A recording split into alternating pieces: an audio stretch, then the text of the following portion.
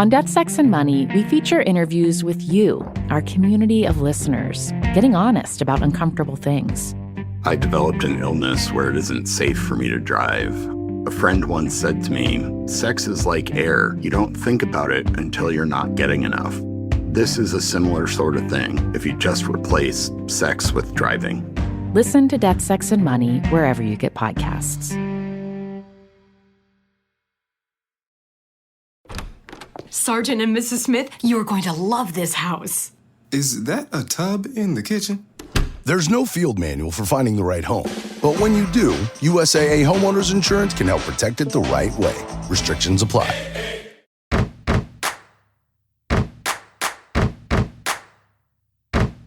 Hello and welcome to Immigrantly. This is Saadia Khan. This summer, I am not only sharing original Immigrantly content, but also highlighting creators who've truly inspired me. Recently, I shared an episode of The Happiness Lab with Dr. Laurie Santos, and today I'm excited to bring you another gem, an episode of the Nuances podcast. Now, if you're a regular Immigrantly listener, you may recall my interview with Sherry Lyn Lee, also known as Lazou, the host of Nuances podcast. The episode was titled From Tech to Tunes. And if you haven't listened to it, do check it out. Her podcast is an award-nominated audio space where guests from various Asian ethnic groups, careers, countries, and communities delve into the complexities of our cultural relationships and how they shape our identities. Today's episode features Lazou's conversation with Sherry Lyn Lee, who, despite never being explicitly told she was undocumented, always had an inherent sense of it. The licensed therapist and author also discusses how healing trauma doesn't have to adhere strictly to Western methods of health and wellness. I hope you enjoy this episode as much as I did, and please come back for more Immigrantly content next week.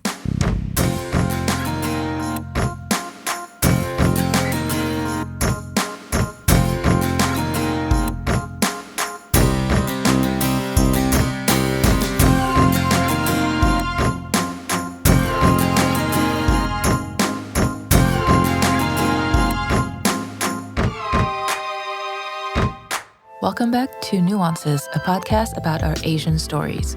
With every guest, we explore our often multi-hyphenated identities, our complicated relationships with our cultures, and how they affect everything from our career choices to our views on anti-racism, disability justice, religion, feminism, LGBTQ+ rights, and more. I'm your host Lazou, a new American who grew up in the only place the dodo bird ever lived, Mauritius. Hey everyone, welcome back to Season 4. Can't believe it's already Season 4. It's been a while. I hope you're doing well. And if you celebrate, Happy Lunar New Year. Since October, I have been quite busy working on both this upcoming Season 4 and on the limited series that I teased at the end of last season. This is still going, and I'm hoping to have it all ready for Pride this year. If you don't know what I'm talking about, I'm currently working on a limited series about queerness in pre-modern Asia. This was inspired by the many conversations I've had with the queer community on this podcast. Something very unfortunate that I've learned from them is that they face anti-Asian sentiment in the queer community, and they also face anti-queer sentiment in the Asian community, especially among the more traditional or conservative relatives who feel like this is not part of the culture. My hope with this series is to show that queerness, or whatever the appropriate word would have been at the time, has in fact always been around, always been part of our culture, and in fact it was more common and more accepted than any of us would have guessed. I have learned so much about the subject in the last few months. I've read more papers than I ever had during my undergrad, and every expectation that I had going into this project was blown wide open. I learned so much more nuance about gender and sexuality. I just cannot wait for you to hear it. So if that sounds interesting to you, be sure to follow this podcast wherever you're listening right now. Just go ahead, find that follow button, make sure you click that so you won't miss it. I'm always trying to stretch our definition of the Asian diaspora on this program, and one of the topics I've been wanting to touch on for a while is undocumented migrants. Especially in the US, when we hear about undocumented migrants, it's usually coming from South America, and a lot of negative stereotypes are attached to those stories. Of course, the right has tried to paint them as criminals, drug dealers, and all kinds of negative stereotypes. And this is where the model minority myth becomes really harmful, right? Because it pits us, Asians, against the other types of immigrants whose stereotypes in comparison sound much worse. So it's a common way that minorities are pitted against each other in this country, and my hope is that this episode will be a great reminder to question the narratives that we hear about undocumented migrants and to keep ourselves accountable whenever we find ourselves taking those for granted. A couple of definitions that might be helpful for non-US people listening to this conversation today. The DREAM Act, short for the Development, Relief, and Education for Alien Minors Act, is a United States legislative proposal to grant temporary conditional residency with the right to work to illegal immigrants who entered the U.S. as minors. And if they later satisfy further qualifications, they would attain permanent residency. It was first introduced in 2001 and has been reintroduced multiple times since, but has never gotten majority votes from either house of the U.S. Congress. In 2012, President Obama signed an executive branch memorandum called the Deferred Action for Childhood Arrivals Initiative, DACA for short, which provided a temporary reprieve from deportation to qualified unauthorized immigrants who came to the U.S. as children. In 2017, the Trump administration announced the program's termination. Our guest today is Saadia Khan, a licensed therapist, the author of Where I Belong, Healing Trauma and Embracing Asian American Identity, and a guiding force at the Yellow Chair Collective. Her journey from undocumented immigrant to mental health advocate shapes her unique approach to healing. When she's not writing or in session, she's reconnecting with nature on a hike. Saadia, thank you so much for taking the time to do this today. Yeah, thank you so much for having me today.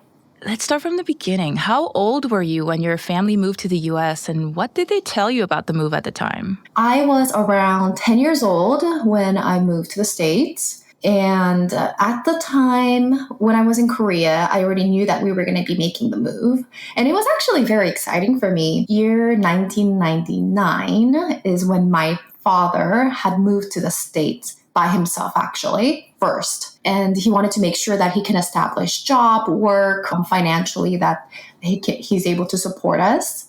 He was actually in New York first, and he was looking for a job out there, but he couldn't. And so then he decided to come to LA, where there's a lot more of the Korean immigrant community in the LA area. And so he was able to connect with a few people and then decided that he was going to move the rest of his family, including my mom, my younger brother, and myself. My younger brother was like 6 years old at the time, and I was around 10 years old.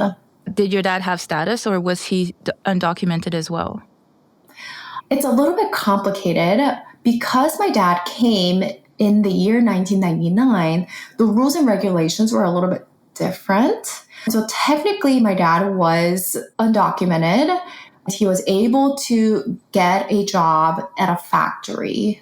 And there was a lot of undocumented immigrants that was working at the factory at the time. But eventually the goal was that he would be having his own factory. And he was able to do that because his social security number that he was able to receive at the time was still active.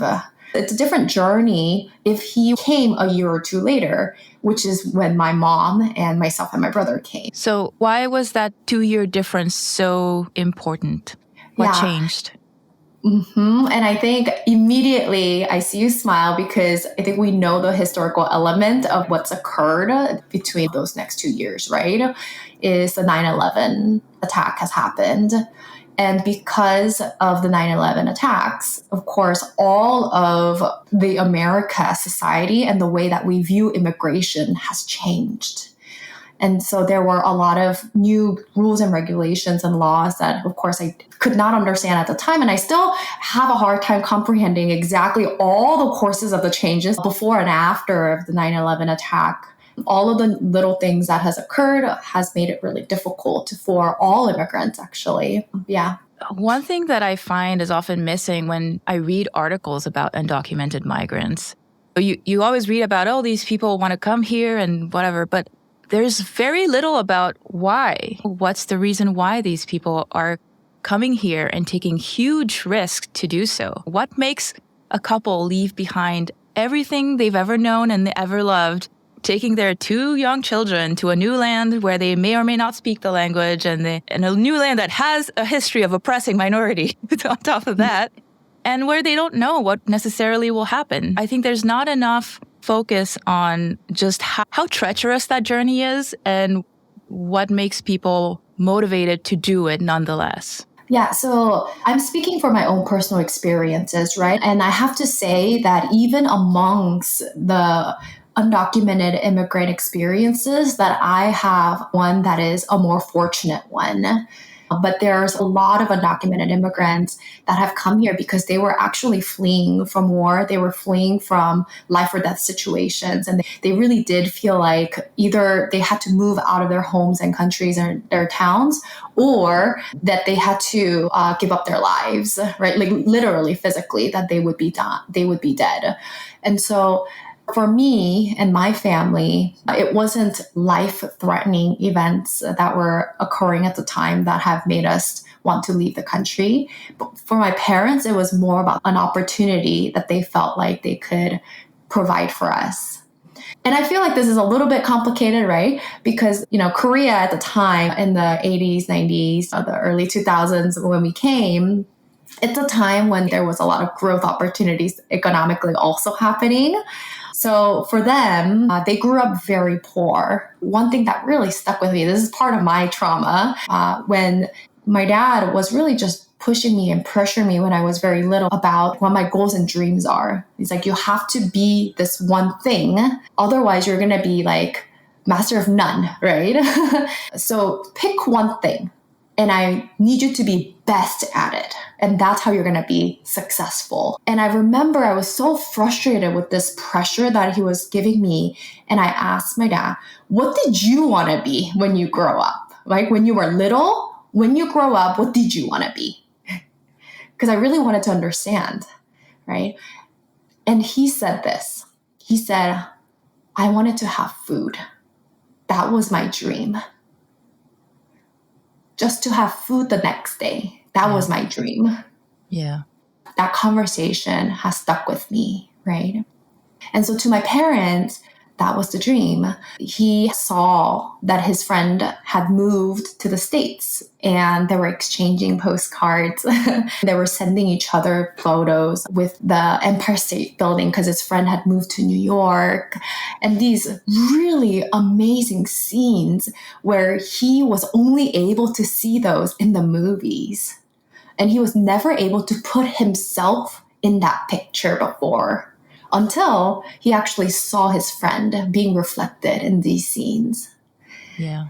And then that's when he told himself, like, I have to do this, and I want to do this because I want my kids to grow up in a world where they can see themselves to be in any scene of any movie. So what was that like for him? From getting that picture and seeing his friend in front of the Empire State Building to him landing in New York, what happens? So he lands in New York, and I can't exactly speak for his experiences. I imagine that it was full of anxiety and excitement. I remember receiving photos from him. And so like I mentioned just now, my dad had moved to New York first. And a lot of undocumented immigrants, Asian undocumented immigrants, I've heard that this was part of their experience as well, or their parents' experience as well, is the way that he did that was he got a tour visa. And so then he was able to fly into the country with the tour visa with the intention of overstaying the tour visa. And a lot of people were doing it that way because it was just the easiest way to get a visa for somebody that was uneducated. So my dad was able to have a high school degree, but no longer than that. And my mom just graduated from middle school. She wasn't even able to graduate from high school. And so for them, it's really impossible for them to try to find a job out of country in the United States, as you can imagine. And so to them, this was their way to be able to find a job is first, let me land in that country. And then I'm going to be looking for a job. And then I know that I can go through the system to be applying for a working visa then. That was their intention. So he came with the tour visa, he landed, and he has a very limited time, like the tour visa was 6 months. And so he had 6 months to try to find a job and establish his family. So I am imagining all sorts of excitement because he was taking all these photos and sending it to me, right? And we were exchanging letters, I remember as a kid.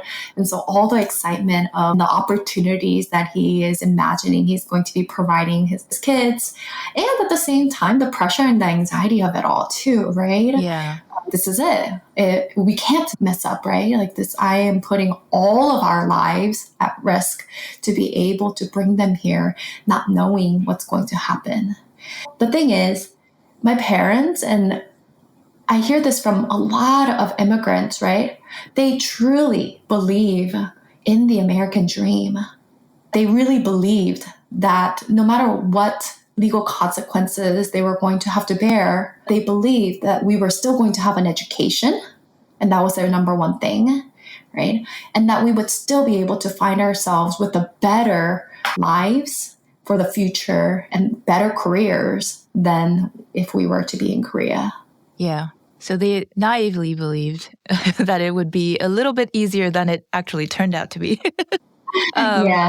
But yeah, so what I'm hearing is that they really believe that if you come here and you want to work hard, and you can succeed, you can make a better life for yourself. And it was something that they didn't feel was possible for them back in Korea. Right. Yeah. Again, we said they assumed that the process would be a little easier than it turned out to be. Do you think that's a common misconception with people who are coming here overstaying the tourist visa? I want to say no.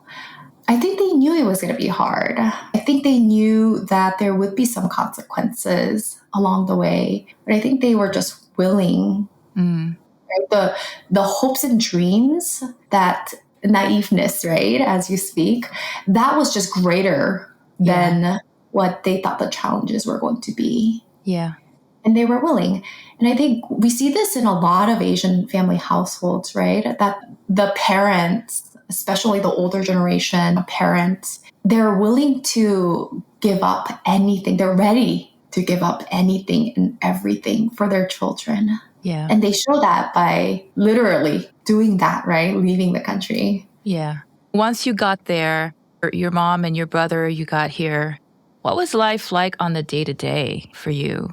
Was it easy to like get into a school and get settled? Did you have a Korean community around to help? Did you speak English at the time? Like, how was that? Yeah, it was very difficult for me to make the adjustment.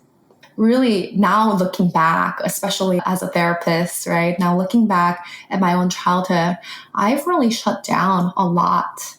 Making the adjustment from being this bright, very outgoing personality that I had. I ran for a class president when I was in first grade, and I was like rallying up all the kids in the neighborhood. I was pretty like loud and rowdy. And my brother was the same too. My brother was only around 5 or 6 at the time, and he used to love riding the rollerblades. That was like the thing back in the days, and he would ride it all over the place, and everyone in the neighborhood knew him as the rollerblade kid because he was so tiny and he was going up and down the hills with his rollerblades. So I feel like in a lot of ways, we didn't have a lot of fear. And I have to say, we grew up in but we did grow up in a smaller town in Korea. And it wasn't as developed. I remember there was this new development that was starting to take place in our neighborhood. And for the very first time, this new development was going to have playgrounds. And that was like the biggest thing ever as a kid, right? And so you can imagine the environment that we were growing up with, right? There were no computers. There was one child with a computer, and we would all gather at their house, try to watch this magical monitor thing. So that was the environment I was in. And then to come here, it was a complete culture shock in every which way possible, right? Because I think it would have been a culture shock within the same country, if I was just going to Seoul, like the biggest city from my small neighborhood. Yeah. But then to go beyond that, even beyond that, with a completely different language, and the only, types of people that I've seen on TV that were outside of my race were actually physically here and alive and walking and talking, and I have no idea what they're saying. It really did feel like I've just walked into this movie scene where I didn't feel belonged at all. I knew immediately this isn't my home. And so my body and my mind have really started shutting down.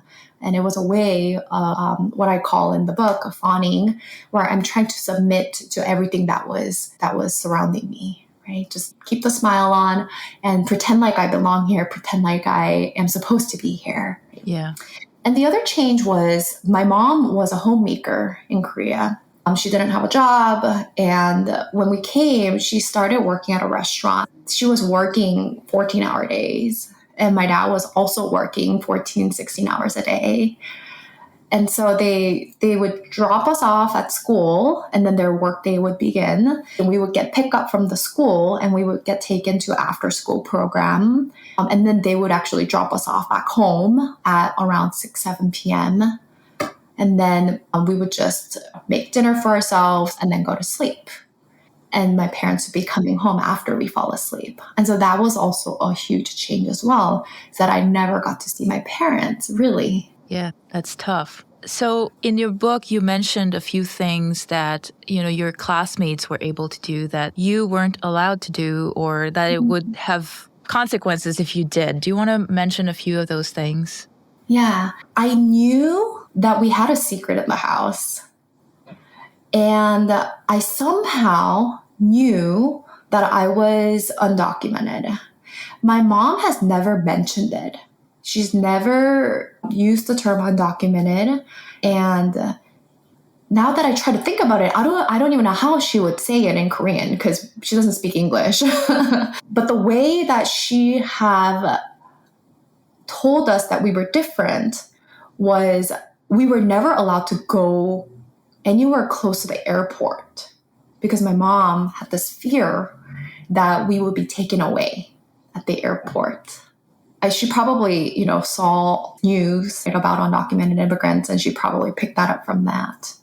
So the airport was one thing. We were never allowed to be on a flight, which means that when other kids were trying to get permission slip signed to go on field trips that was out of state in middle school and high school, like going to Washington, D.C. was like this big field trip thing that kids got to do. And I knew immediately that I didn't even attempt to ask my parents about that because that was just something that I grew up with, that I knew not to ask about it.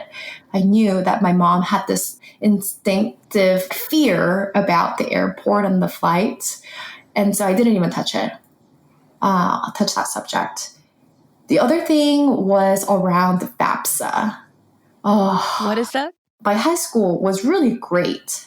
I know that this is not something that is part of the American curriculum system. And wherever you are, you may or may not have had teachers that emphasized this. But FAFSA is an application for applying for federal grants and scholarships so that the students can get these grants for college or even just loans, right?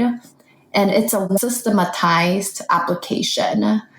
And our homeroom in high school taught you how to do these things. And part of the teaching was to fill them out and to prove that you did, right? Because the high school really wanted to emphasize that they graduate students that go off to college, right? It looks good on them.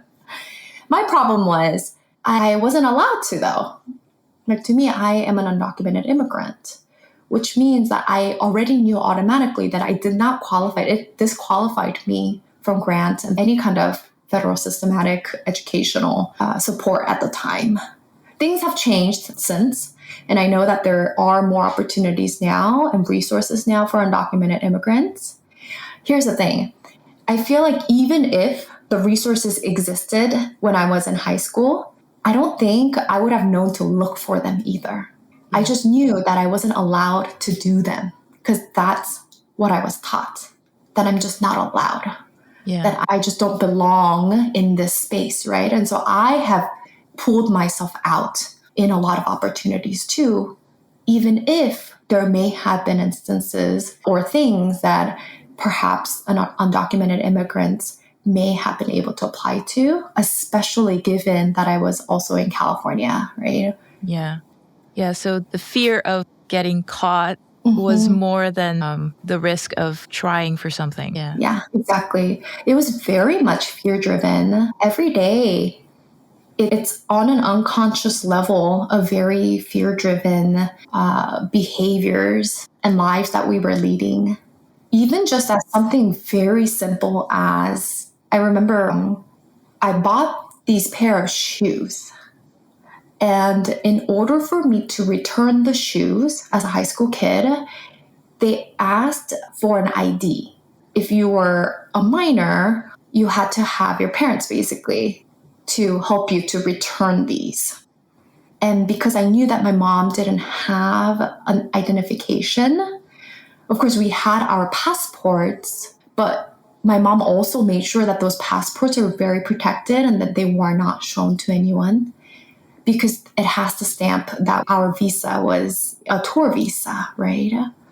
And so she was afraid that anyone would ask, where's your visa? Although no one would really know or care for it. If you're an actual American citizen, you wouldn't even know what to look for. But she was just so afraid, right? And so she would not carry any kind of identification around. So then I knew that was not a part of it. And so I just remember throwing out the shoes so that we can forget about it. Yeah. It's fascinating, though, that as a child, you were 10 years old and your brother was, you said, 5 or 6. And your parents never told you that you were undocumented, but somehow you knew. And I assume your brother did too. It's amazing how much a child can soak in just from observing the adults around them. Exactly. Yeah, exactly. That amazes me too, till this day, that there was never an explicit conversation around what are we doing here and why are we behaving the way that we are as a family, or why do we have all these secrets? And yet we just know to protect ourselves. We just know that our parents are trying to just protect us and that we have to do the same. Yeah. Did you know of any other kids who were in that situation, or no? No, not at all. And even as an adult, I don't know that many Asian friends that are undocumented or have had the experience of being undocumented. Yeah. I assume you are a U.S. citizen now? I am not actually. No, you're not yet? Funny that you ask. It's been a conversation between my husband and I, because clearly I just said my husband, which entails that I'm married. That's a whole other story about being undocumented and being married, which is another way that a lot of people get citizenship. And we actually did decide to get married early so that my status can clear and I can have an easier life for myself and my career. But we knew that we were going to be married. It was just the date that we have decided to be married. We just pushed that a little bit earlier. Now, when I say this story, a lot of people have a lot of mixed feelings about this, right? As you can imagine, because of the way that the stigma and undocumented immigrants are being portrayed within marriage, right? That they only get married to stay here. Mm. The thing is, I did get married to stay here, and I got married to also live a life that is full with my husband, right? That's just a part of anyone's marriage, right? That you want to be with your spouse. Yeah. So why doesn't that belong in my story too? Yeah.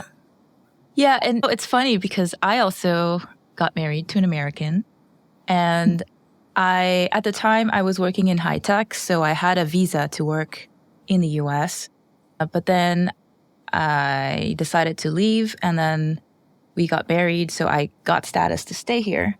And even though I could have stayed at the corporate job and retained my status, I still wondered whether anybody would think that I married for the status. It's such a stereotype that you can't help but wonder, like, is that what people are going to think? And then I'm like, okay, whatever, it doesn't matter. But it is something that you think about. Yes, it definitely is. And my story is a little bit complicated, even more so, because I had a really hard time informing my husband and his family about my situation. Of course, my husband himself, like, given the relationship that we were having and building and the future that we were trying to create together, he knew the stories that I was coming with. When it came to what it was going to mean for him and his family, that became a difficult conversation for all of us, right? Yeah. Because of the stigma that his family, like both the primary family, like my in-laws, but also beyond that, right? His cousins and all of these other family members that were also immigrants, and the way they were carrying the stigma around, like what it meant to be married to an undocumented person. Yeah. Talking about the stigma around undocumented people, what are some misconceptions that you'd like to dispel about undocumented immigrants based on your experience? I guess the first thing is we're here and I am a professional. Because I think when I explain to people that, oh yeah, I grew up undocumented, to them, it blows their mind that I am a professional and I'm educated and that I'm smart and I lead a very typical life. I think the way that media portray undocumented immigrants has been deceitful, or that they are here in an agenda for themselves, or that they are criminals even, right? And so when I tell them about my experiences, to them, it's surprising that I can be educated. Yeah, the media has concentrated their coverage of undocumented migrants to uneducated people and all the racist stereotypes that are very problematic. And I think a lot of people also don't realize that even though you're undocumented, you're still paying taxes. You're still contributing to American society. And also, you're paying taxes, but you're not receiving a lot of the benefits of that. Do you want to talk about that? Oh my goodness, yes. Thank you so much for bringing it up. My dad, he started working with his tour visa, right, to try to find a job and then try to apply for a work visa. So my parents, they had applied for a working visa. Through the process of that being approved, they went through a lot of journeys because economy had turned and the factory that they were working for had shut down. And then my dad had started his own business of having a factory. And then he needed to find a sponsor, like a new sponsor, basically. And so then he had to reapply for new types of visas. And through all of that process, because he is still in the process of receiving a legal status, they're considered undocumented. However, there's enough documentation to be able to pay taxes. So they don't qualify to be able to receive anything that a resident would be able to receive, or a citizen would be able to receive any kind of grants for a small business, let's say, because that's been big after COVID too. They didn't. They couldn't qualify for any of those things, and yet they still had to pay taxes. And my parents were very diligent in being able to pay taxes, and they really wanted to make sure, even the health insurance and things like that, that they wanted to pay out of pocket, because part of the application and the interview process for getting a citizenship, especially at the time, was that they would ask you what kind of aid you have received from the government. And they wanted to make sure that they appear very self-sufficient and that they're adding value to society and not taking anything away from the citizens. Yeah. I got to ask, like, healthcare. How did that work? Because I'm in California right now. I don't have a corporate healthcare insurance provider. I go through Covered California. It is ridiculously expensive. Oh, yeah. Were you able to go through something like Covered California, or do you just pay cash for services when you need them? I think there was a period of time, I'm pretty sure, that they didn't have any kind of health insurance in general, but they had an immigrant lawyer who had helped them navigate a little bit of being able to get coverage from private insurances. They didn't quite apply for any kind of government aid. Like I said, they tried avoiding it, which meant that they were paying a lot out of pocket to be able to do those things. Yeah. I was fortunate because obviously until I was 20 something, right, that I was able to be under my parents with the health coverage. And then afterwards, I was able to qualify for the Obama's DREAM Act. And so I was able to apply for the DREAM Act. And that's how I got to have a status for a little bit. It was a working status that I got to have. It didn't grant me permanent residency, but I was able to legally work and be paid an actual livable wage to be able to work, and then went through the process of being married and getting a permanent residency. But for a very brief period of time, I was actually undocumented by myself and the family.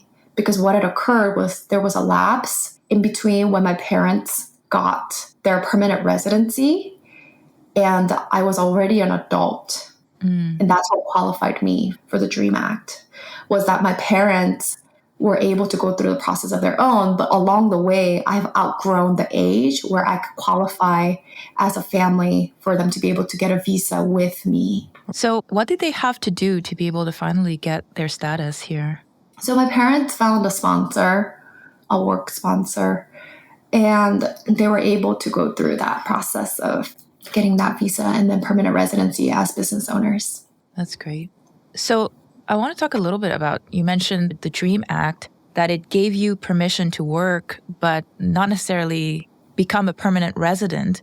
Did it offer ways that you could go about to do that, or was it just a temporary working solution? So about the DREAM Act, which then qualified me for this DACA status, I went to college and I ended up being able to go to a private school. As I mentioned initially, I have the privilege of being able to have parents that was able to economically make that work for me.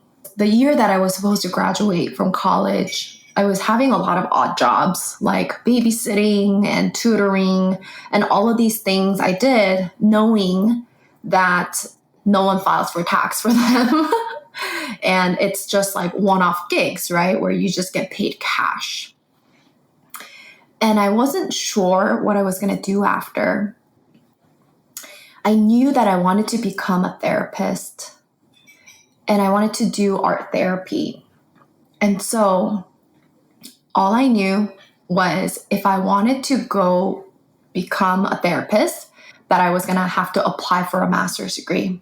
And I wasn't sure how I was going to pay for that because at that point, my parents had already told me that they wouldn't be able to continue supporting me with my educational endeavors economically. They would love to, but they couldn't. And so I was just starting to pick up all these odd jobs. And I said, I know that I can continue staying here if I am in school. And so I had applied for my master's as an international student.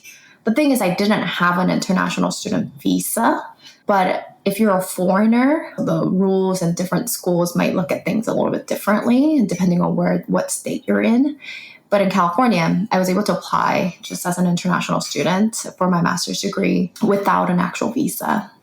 Going through school, I wasn't sure if I was going to get through, but with the DACA status, I was able to start working, which meant that I was able to be granted a 2-year temporary working visa.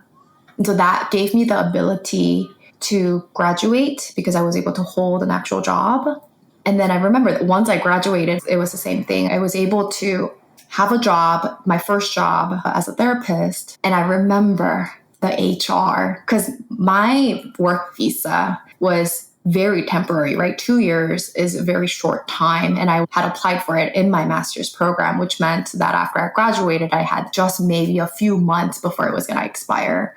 And so when I applied and I got into this position, I remember the HR asking me, so what's your plan after this? Her question was basically, are you going to ask us for a visa, right? And I had told her, I'm planning on being married. And so I was able to get a job. Yeah. I want to talk a little bit about your book that just came out. Tell us about your book. Why now? And what do you hope people get from it? My book, along with my co-author, Linda, we wrote this book in the midst of COVID. We realized that there's so much trauma that was occurring in the midst of COVID with people's isolation. And there was a reoccurrence of people's generational trauma that we were starting to witness on TV.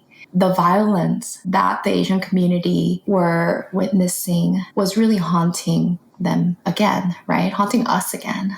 So then we needed to have a space where we can process these traumas, but once we started having these spaces where we were inviting people to have conversations around trauma, especially given that a lot of refugees and immigrants that have come from Southeast Asia countries, they have also experienced war. And so to witness violence on TV was just re-traumatizing them. And so when we started having these conversations, we realized that we can't just keep trying to process these over and over again, right? That's not actually helpful for our community members.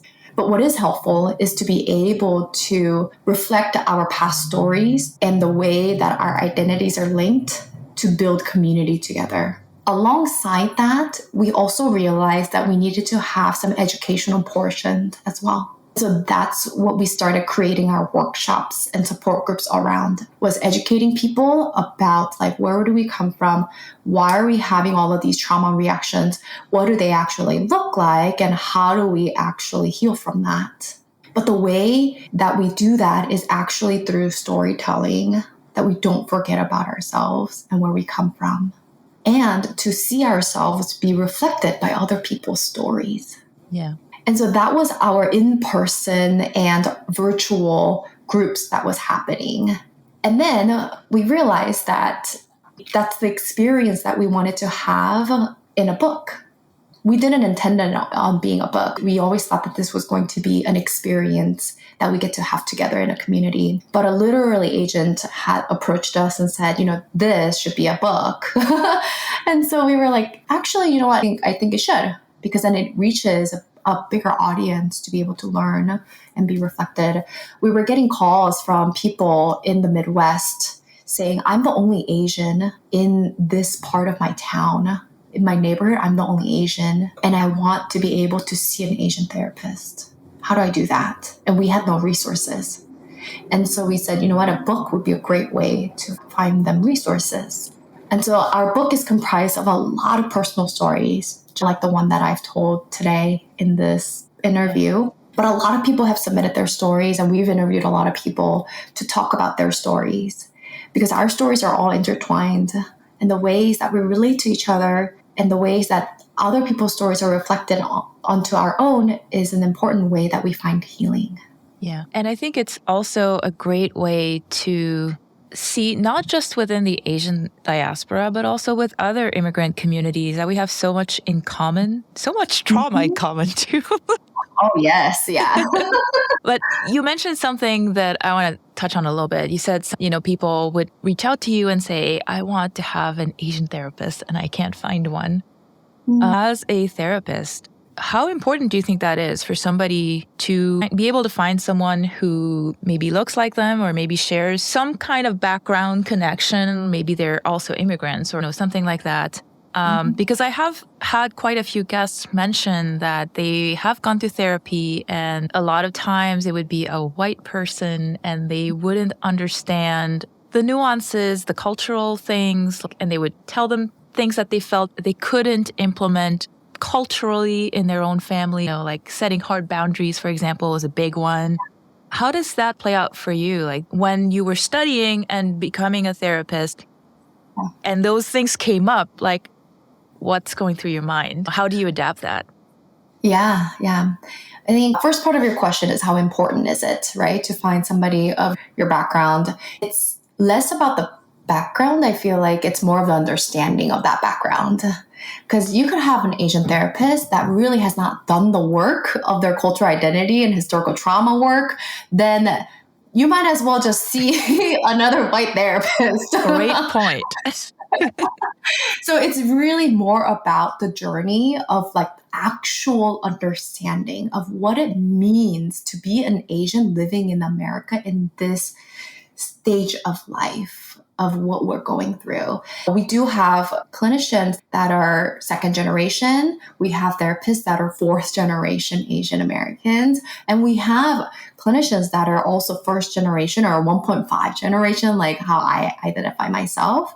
And all of our experiences look a little different, right? Just because we're all Asians doesn't mean that we carry the same amount of pressures and weights. However, there are some shared family experiences and values. And so I think there's a little bit of an overlap, right? But as long as we have done the work ourselves of understanding that nuances of what it means to live in this country as me who look like me, and what does that mean for you that also look like maybe similarly, but also carry a different storyline and historical line. As long as we're able to understand that, then that's a really good therapy relationship. And there's definitely sections of our diaspora that are buying into this model minority myth that, oh, we only got here because we worked harder, which is totally not true. We all work hard. How important do you think it is in our healing journey to learn about other communities and what they've gone through and not just focusing on our own pain? Because I think that's something that is missed a lot. Yes, for sure. I think when I talk about historical trauma, it has to, right? It has to involve other minority members in America because historically, right, the way Asians have always been pitted against the Black community, it lives in the history trauma, right? It lives in that historical context of defining who we are as Asians. And so it is very important that we're able to expand. If we're actually doing the identity work of understanding our culture, our sense of belonging, then we automatically would be expanding that work to other elements, what the cultural implications are of being here. One thing that is very common among Asian people, especially older generations, is that there's a lot of stigma around mental health. What advice do you have for people who are in that space where they might need mental health help? They might even know that they need it, but they are maybe in denial, or maybe they're afraid to look weak or to bring shame to the family by airing their dirty laundry. You know, that these are common ways that people have thought about it. Or sometimes they just don't want their family to worry about them. I heard the story on NPR the other day. This teenager, she said she didn't want to tell her mom that she needed therapy because her mom is already super stressed and overworked and finances are a problem. So what advice do you have for people who are in that situation? Yeah. And I get this question a lot. I want to say, because you started off with asking about like the first generation, older generation immigrants and how they can seek help, right? Or the implication of seeking help and what we can do. For a lot of children of immigrants, I get the question because now that we're aware, we're talking about this, right? You have me, a mental health therapist, as a guest talking about this, which means that our listeners falls under that category of like the children of immigrants that are carrying that burden and saying, I understand the importance of this. And I know that my parents carry that historical trauma, intergenerational trauma, and they need help. And so they always ask me, so how do I get them into therapy? And my answer to them is perhaps therapy is not the answer to them. The way that we understand mental health comes from a very, very westernized lens. It comes from psychology, and the psychology comes from white men. And so how are we expecting, with all the historical trauma that we're trying to understand, that we're asking them to fit in to the norm of what white men is telling us health looks like?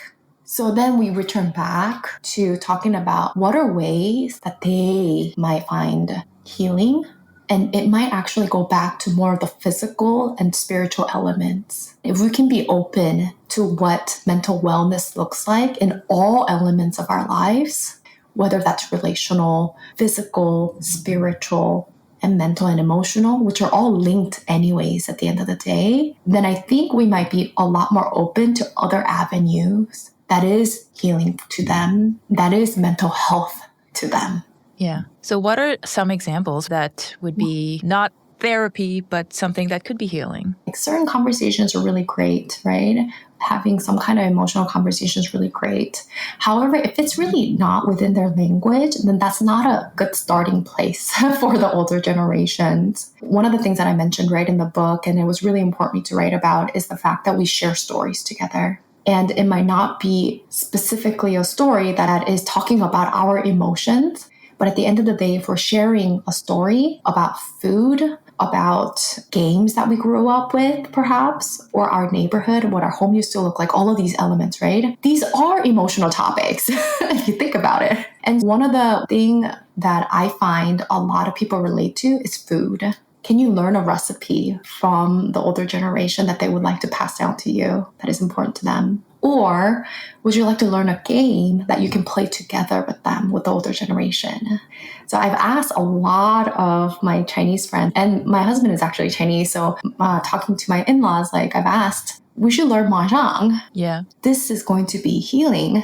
This is how we get into mental health with our parents. Yeah, that's great. And finally, I wanted your thoughts on apps like BetterHelp. And I've seen articles that they might potentially use AI. So I wanted your thoughts on that because I've heard a lot of ads for them and also a lot of conflicting data points about people who have tried using them. Yeah, I'm going to go a little bit beyond just like BetterHelp and these apps. They exist because our policies and our healthcare system is broken.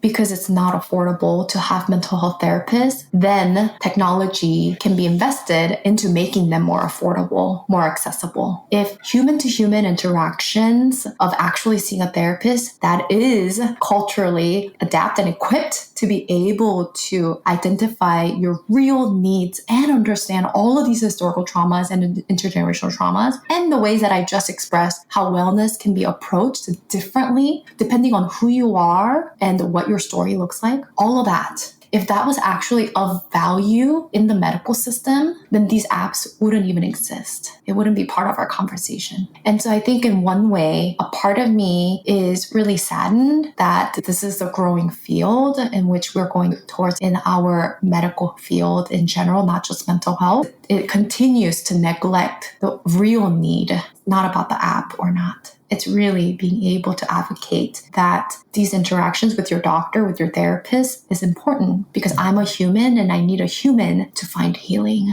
Yeah. Before I let you go, I have the last section of the interview is rapid fire questions. These are one word or one phrase answers. You do not have to explain, but you can if you want to. Okay. All right. What's an Asian food that you'll never get tired of? Noodles. Popular answer. What's an Asian food that you feel you should like but don't? Rice. Really? That is interesting.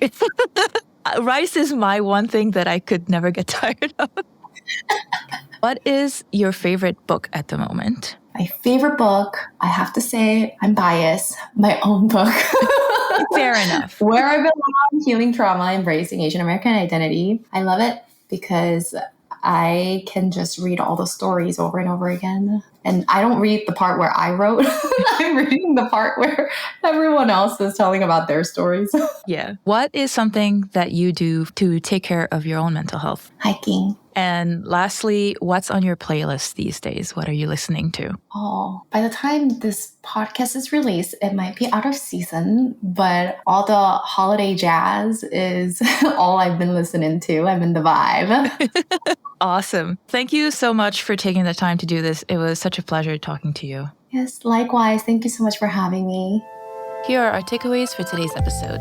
Number 1, undocumented migrants take great risks to come here because they believe in the American dream so much, but often have no chance of getting a work visa if they're poor or uneducated. People will do anything if it means a better future for their kids. Number 2, undocumented migrants are often very self-conscious about their status and eager to prove that they are hardworking and self-sufficient. They're diligent about paying their taxes and steer clear of anything resembling government aid. Many, like Sujin's father, even create businesses that employ Americans. This is not the portrayal we see in the news very often, but it is an important one to know about. Number 3, undocumented migrants can be smart professionals, they can be Asian, they can be entrepreneurs and employers. They're not a monolith. Number 4, mental health and wellness can and should look different depending on who you are and what you value. Especially for our elders, healing can come from sharing memories, teaching the next generation their family recipes or their favorite games, instead of going to therapy and talking about their traumas. As always, the show notes are available on nuancespod.com. I'm your host Lazou, and I hope you'll tune in next week for another nuanced conversation.